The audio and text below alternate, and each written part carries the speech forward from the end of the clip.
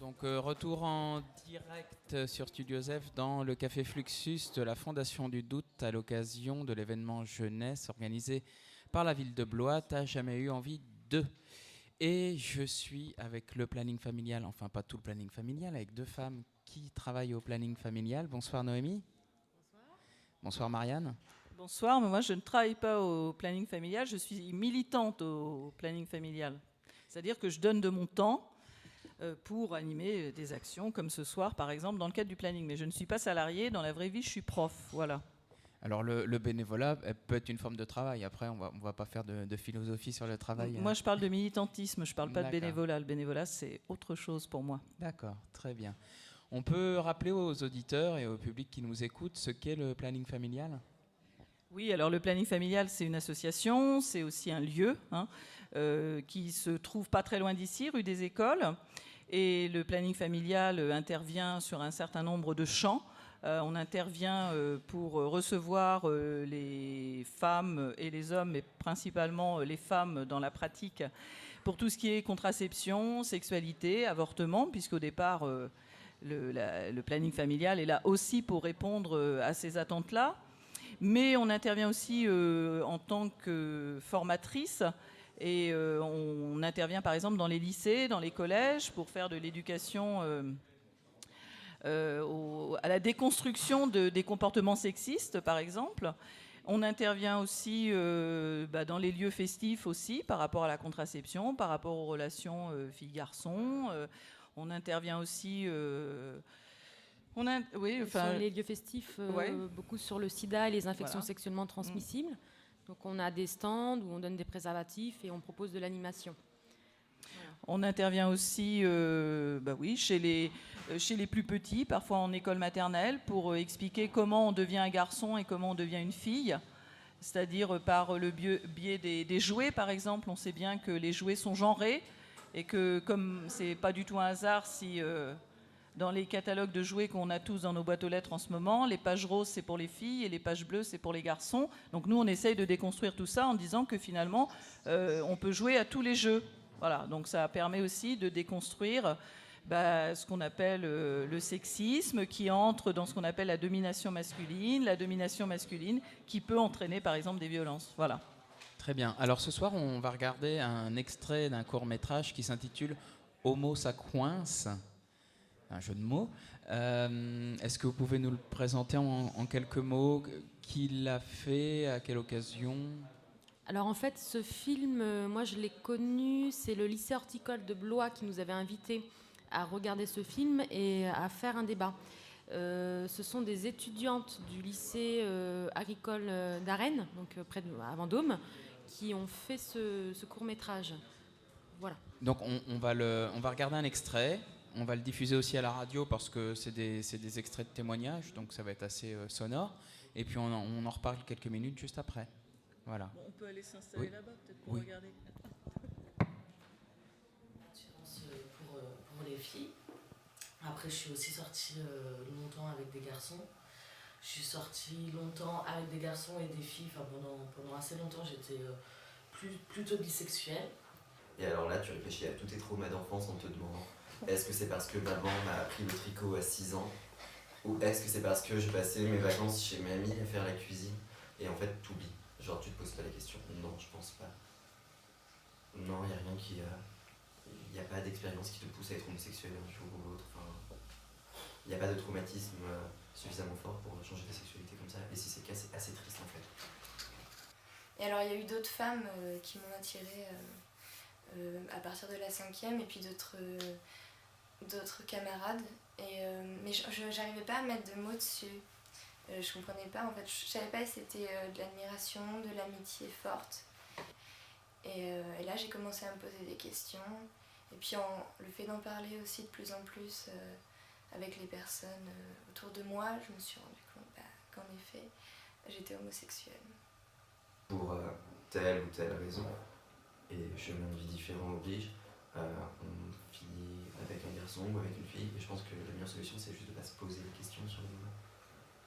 On a le droit d'être attiré par les deux aussi. Pour moi, ça s'est fait assez naturellement, je dirais. C'était en 6e. où j'avais une meilleure amie en fait qui était musulmane, donc pas du tout dans cette culture et tout. Et un jour on est rentré chez nous, on venait de marcher pour rentrer du collège et tout, et on s'est embrassés. Et, et depuis ce jour-là, en fait, on se voyait des fois, puis on s'enfermait dans nos chambres et on se faisait des petits bisous. Mais on se posait pas de questions, jamais on avait mis un mot là-dessus. Et je sais pas si c'était une amitié plus, disons, avec des bisous qu'autre chose. On s'est pas posé de questions, et elle, c'était pas non plus dans sa culture de se poser des questions sur ce genre de choses. Et après, c'est à partir de ce moment-là, je dirais, où j'ai commencé à regarder des filles dans le bus ou à la Star Academy. Et voilà, et après ma première vraie relation, disons, où là j'ai pu mettre un mot sur ce que c'était et vraiment dire je suis avec cette fille et on sort ensemble, c'était, je pense, en quatrième. Après, on peut peut-être arrêter de parler de sexe et juste parler de personnes, quoi. C'est des personnes intéressantes et agréables, et bah, c'est ça qui compte. L'absence du père, la surprenance de la mère, moi pour le coup la surprenance de que des femmes dans la famille. Et donc je pense forcément que ça implique certaines déviances, sans tout l'aspect négatif du terme. Mais en effet, je pense pas qu'on le devienne. Je pense qu'on est sans orientation sexuelle. Un jour, je sais pas, je me suis réveillée et je me suis dit tiens, pourquoi pas les garçons? N'importe qui peut être attiré par quelqu'un du même sexe. C'est une subtilité qu'on saisit ou qu'on saisit pas. Je ne suis pas devenue gay parce qu'elle m'a traumatisé, elle m'a dégoûté des filles. C'est quoi ce stéréotype? C'est pareil, enfin, d'où il sort? C'est juste, l'histoire s'est terminée, moi j'ai décidé d'essayer avec les garçons, ça me convient mieux, basta. Ça, c'est dans ta tête. En vrai, ça n'existe pas. Les gosses à Amélie, c'était insupportable. En plus, il y avait des travaux à Orléans, donc c'était la galère.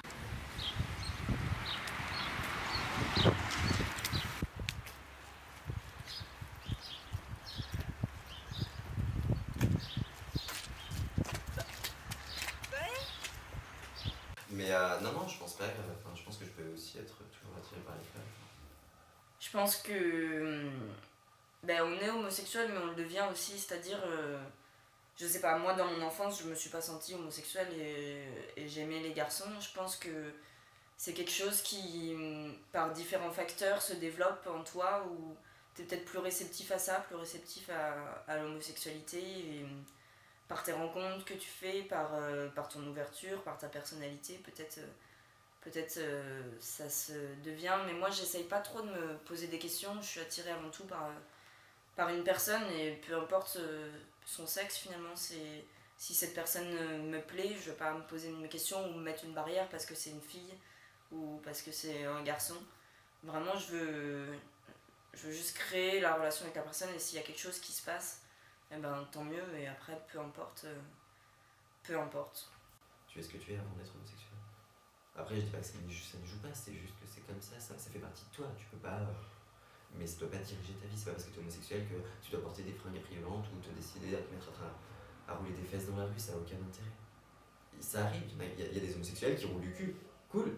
Il y a aussi des hétérosexuels qui roulent du cul, tiens, pour le coup. Juste prends Rodolphe ou Claire. On a tous eu des histoires différentes, mais on a tous une personnalité propre. L'homosexualité, ça intervient après, quand on embrasse un garçon à la limite. Là, on se pose la question, ou quand on va draguer.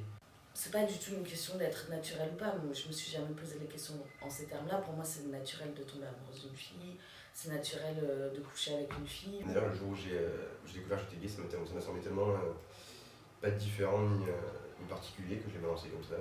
Le point commun, c'est l'amour, tout simplement, le fait d'aimer une personne et de créer une relation, de construire un couple. Ça, c'est le gros point commun, et c'est ce qui fonde aussi le couple. C'est l'amour, c'est la communication, c'est la sexualité. Après, des différences, si ce n'est qu'homosexuel, on est mis dans une catégorie plus à part, et que c'est moins dans la norme, et c'est plus... disons quelque chose qui va te façonner plutôt que hétérosexuel. Là t'es vraiment dans les clous, t'as pas besoin de le préciser, t'as pas besoin de te justifier. Voilà, mais je pense c'est juste sur le fond, c'est exactement la même chose. S'il y a une différence, c'est peut-être sur la forme, parce que avec tous les critères, l'enveloppe, la couverture, mais sur le fond c'est la même chose.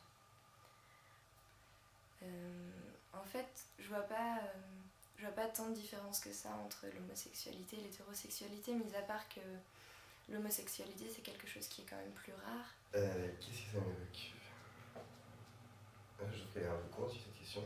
Il n'y a pas de différence. Ça changera pas ma façon de me lever le matin ou ma façon de me coucher le soir. Enfin, ça changera peut-être la personne qui se trouve à côté de moi dans le lit, mais jusque-là, pas grosse différence. Hein. Et ben non, mais alors ça, c'est pas du tout parce que je me sens pas différent parce que je suis gay. Hein. Je trouve ça même tellement banal. Et puis moi, je rêverais de devenir hétéro. Je rêverais d'être le premier gay qui a toujours cru qu'il était gay, qui en fait était hétéro. Ça me ferait bander juste pour être différent. Mais non, je vois pas beaucoup de différence en fait. Pourquoi il faut forcément comparer les deux en fait? Non, moi je trouve un amour qui est... Enfin, un couple qui serait pas légitime, c'est là où il y aurait pas d'amour, vu que c'est ça qui fonde le couple. Et moi je trouve un couple avec un mari qui trompe sa femme moins légitime que deux nanas ensemble. Je trouve ça débile de fonder ça sur un argument naturel, surtout à l'heure actuelle où tout est artificiel surtout, et où on crée de plus en plus d'artificiel, et grâce à la technologie et tout ça, on peut faire des enfants, on peut même des fois ça en devient pervers, mais on peut faire beaucoup de choses, et ça c'est un argument un peu qui me semble archaïque.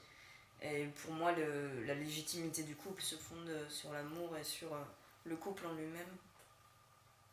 En fait, je trouve ça, moi ce qui me gêne et ce dont j'aimerais parler là, c'est quand on dit un couple homosexuel, ils sont légitimes parce qu'ils s'aiment.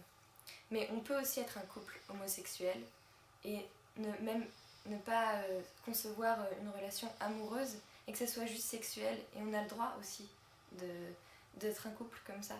Moi je sais que, personnellement, je conçois plus des couples amoureux, mais il faut savoir que ça existe. Les couples, c'est juste sexuel, et voilà, c'est pas malsain juste du sexe entre femmes, du sexe entre hommes.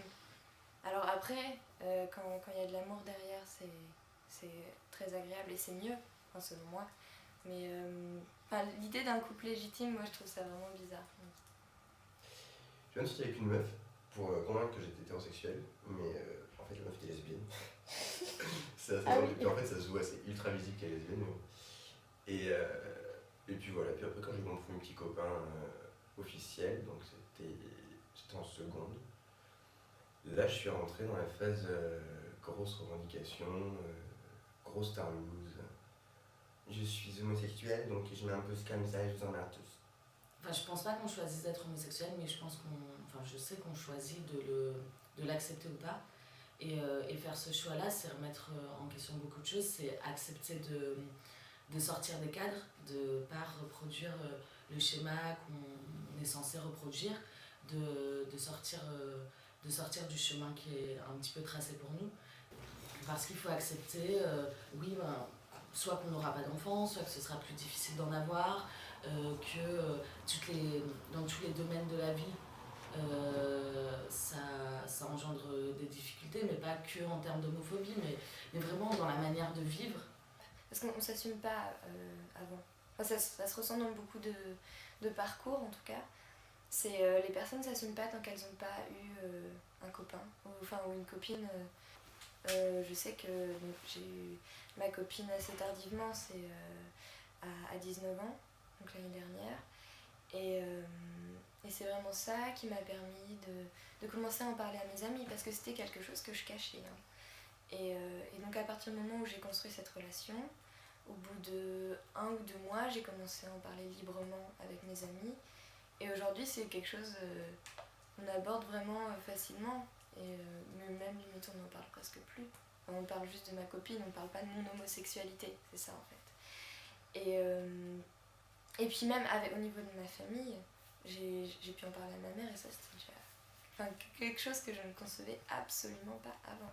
Bah voilà, mais je l'ai bien pris, je me suis juste dit, bah voilà, les filles dans les bars, je draguerai des garçons, et un jour j'aurai certainement mal aux fesses en me réveillant le matin, quelle horreur. Non, ça n'a rien changé chez moi. Après, certes, il a fallu le dire à papa, maman, tonton, tata, mamie, mais c'est qu'un cap à passer, une fois que c'est fait. Le plus dur, c'est de se cacher.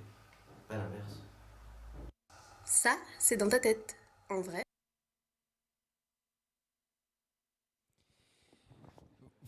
Voilà, on retourne donc sur le plateau de Studio Zef au Café Fluxus. Alors on a dit, on a passé un extrait parce qu'il dure environ 30 minutes. Voilà. Donc c'est quelque chose que vous avez déjà diffusé, qui a déjà été diffusé en lycée, donc en lycée à Blois. Qu'est-ce que ça suscite comme réaction ensuite? J'imagine qu'il y a une discussion ensuite après avec les élèves. Alors c'était diffusé sur une soirée, donc les personnes qui avaient accepté de voir ce film, je pense qu'ils étaient déjà assez sensibles sur cette question-là. Donc non, sur cette soirée, on a plus... C'était pas sur temps scolaire. C'était pas un temps scolaire, voilà. Oui. C'était sur la base du volontariat. Et donc les débats, comment dire, on n'a pas entendu ce soir-là de discours homophobes. D'accord, ça faisait plutôt consensus, du coup. Voilà. Par contre, quand on fait des interventions scolaires, donc dans le cadre scolaire ou autre, ça peut être dans les foyers, dans les espaces jeunes, ça peut arriver que parfois on ait des discours un petit peu difficiles sur les personnes homosexuelles. Oui, en milieu scolaire, c'est clair. Hein, moi, l'insulte que j'entends à longueur de journée dans les couloirs et parfois en cours, c'est PD, ta fiole, va te faire enculer. Bon, voilà, enfin, je veux dire, alors, on a beau se dire, c'est des mots, etc. Enfin, pourquoi on utilise ces mots-là? Je dis, on pourrait dire connard, on pourrait dire, je sais pas, va te faire voir, ou je sais pas quoi. Bon, je pense qu'il y a quelque chose de l'ordre de l'homophobie, qui est peut-être pas consciente, mais bon, elle est quand même là. Quand on a vu le déferlement des manifestations anti-mariage pour tous, etc., c'est bien dire quand même que la question du mariage des homosexuels, par exemple, n'était pas du tout considérée comme légitime par une partie des réactionnaires, quoi, de tout poil d'ailleurs. Hein. Donc oui, la question de l'homosexualité, c'est quelque chose qui est prégnant. Je crois que c'est... D'ailleurs, je trouve que... j'ai essayé d'écouter attentivement, mais effectivement, on sent bien qu'au départ, c'est un problème. Je dirais, ils disent, nous, on le vit bien du jour où on a pu le dire à notre famille, à nos amis, etc. Alors qu'une relation hétérosexuelle, elle va de soi. Parce que c'est ça la norme véhiculée par la société, etc. Donc effectivement, je crois que c'est tout à fait intéressant d'avoir ce genre d'outils pour lancer la discussion tout court. Et puis la discussion en milieu scolaire, c'est pas mal parce que c'est des gens assez jeunes quand même. Et donc c'est pas déconnecté d'une réalité... Et puis ça permet aussi, parler de l'homophobie, parler de l'homosexualité, je pense que ça permet aussi de parler du genre, de parler de la construction. On ne devient pas garçon et fille, je vais reprendre la formule de Simone de Beauvoir, on ne naît pas fille ni femme, on le devient. Pareil pour les hommes et les garçons. Et donc du coup, ça permet aussi de retravailler sur ce qu'on attend d'un garçon, ce qu'on attend d'une fille, ce qu'on attend des relations amoureuses. Moi, je trouve ça très sain que la jeune fille dise, après tout, je vois pas pourquoi il y aurait des relations homosexuelles qui ne seraient pas que des relations sexuelles, parce que, je veux dire, un homme et qui soit que amoureux, je veux dire, il faut accepter ça aussi, et je trouve que ce qu'on a vu là, ce qu'on a entendu, ça pose un certain nombre de questions, et qui suscitent le débat, quoi. Mais c'est pas un débat facile, hein. C'est pas un débat facile du tout. Alors, pour preuve, moi, il y a quelque chose qui m'a marqué, c'est qu'il y a un jeune homme qui parle à un moment de déviance. Il se rattrape en disant, pas le terme négatif, mais parler de l'homosexualité comme d'une déviance étant lui-même homosexuel. On voit qu'il y a un long chemin encore à faire. Il faut dire que jusque dans les années 80, c'était considéré comme une maladie, que c'était un délit. Enfin, je veux dire, ça fait quand même peu de temps. L'histoire, ça prend du temps. Là, ça fait quoi, en gros, une trentaine d'années. Et puis la question du sida, au moment où l'homosexualité a été considérée comme plus une maladie, justement, au tout début des années 85, est venue la question du sida, qui était la maladie des homosexuels. Elle était présentée comme telle, une espèce de péché, etc. Bon, ça n'a pas aidé. Hein. Je veux dire, à un moment donné où il y avait des gens qui commençaient à faire des coming out et tout, boum, le sida arrive. Donc après, c'est des choses qui avancent, après, il y a des retours en arrière du point de vue idéologique, c'est compliqué.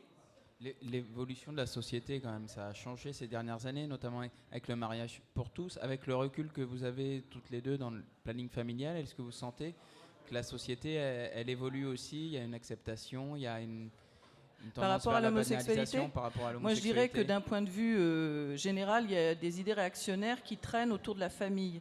Moi, je pense qu'au niveau de la question des femmes, par exemple, du droit des femmes, on voit en permanence, et on l'a vu, ça a été très prégnant au niveau de l'Espagne au début de l'année 2014. Toutes les vieilles idées réactionnaires autour Avec de la famille. Un projet de loi qui était prévu pour revenir sur l'avortement. Finalement, qui n'a pas... Alors, qui a avorté, c'est le cas de le dire, parce qu'il y a eu d'abord, la droite espagnole était divisée là-dessus, mais surtout parce qu'il y a eu des mobilisations très importantes. Mais en France, on n'est pas du tout à l'abri de ça. Nulle part, on est à l'abri de ça, parce que la question, c'est le contrôle de la sexualité des femmes. Et il y a effectivement des retours en arrière, il y a une remise en avant de la famille, toutes ces questions-là, et je pense qu'il y a une volonté de contrôle des idées, et en particulier les idées qui ont trait aux femmes. Et moi, je ne trouve absolument pas... Alors, certes, il y a eu des avancées, on est bien d'accord, par rapport au début du siècle, et voire par rapport, y compris depuis la Seconde Guerre mondiale. Les femmes ont obtenu un certain nombre de droits. C'est des droits absolument fragiles, et au niveau des idées, il y a un recul qui est en train de s'opérer. Et ça, il faut vraiment en être conscient. Oui, je trouve que nous, pendant les interventions scolaires, depuis effectivement les manifestations qu'il y a eu contre le mariage gay, moi j'entends pas mal de discours, les gens, je trouve que ceux qui sont homophobes s'affichent davantage, ils ont moins honte, vu que les mouvements anti-mariage se sont soulevés, du coup ça a été accepté, on a entendu beaucoup de ce genre de discours-là, et du coup les jeunes homophobes ou les parents sont homophobes n'ont plus peur de dire franchement qu'ils détestent les homosexuels, qu'il y a une haine sur les homosexuels, chose que j'entendais un petit peu avant, mais c'était moins prononcé. Mais c'est vrai que la parole extrémiste en général, c'est libéré complètement. Il y a une libération. Il n'y en a pas forcément beaucoup plus, mais en tout cas, les gens n'ont plus peur de dire ce qu'ils pensent. Il n'y a plus de complexe du tout à tenir des propos réactionnaires. Et bon, on l'a vu, et évidemment, les premiers qui sont touchés, c'est entre guillemets les minorités. Et les minorités, c'est les homosexuels pour le moment, mais ça peut être les femmes à d'autres occasions, etc. Donc de toute façon, oui, on est dans une période trouble, avec des discours très très inquiétants, et puis des comportements sexistes qui existent, qui perdurent, y compris dans la sphère politique. On a bien vu qu'à l'Assemblée nationale, certaines femmes avaient des remarques cinglantes par rapport à leur tenue. On les écoute moins que lorsque ce sont des hommes, des députés par exemple qui parlent. Quand c'est une femme députée, on l'écoute moins, etc. Il y a des comportements sexistes. Ils se moquent d'elle quand elles prennent la parole. Oui, voilà, on peut se moquer d'elle, on peut faire du bruit, etc. Non, les comportements sexistes existent, ils perdurent, et justement toutes les idées réactionnaires participent à ça aussi. Et donc au planning, on a beaucoup de travail pour déconstruire toutes ces choses-là. Très bien. Merci beaucoup. Donc Marianne, militante au planning familial, et Noémie, salariée du planning familial. Quelques minutes de musique, et puis ensuite c'est Donio. Ah non, c'est tout de suite Donio avec la Redeem Station. Vous avez été patient ce vendredi soir. C'est avec quelques minutes, une grosse heure de retard, qui se met derrière ses platines et son ordi pour lancer du son. La Redeem Station, c'est tout de suite et c'est en direct, donc venez la vivre au Café Fluxus de la Fondation du Doute.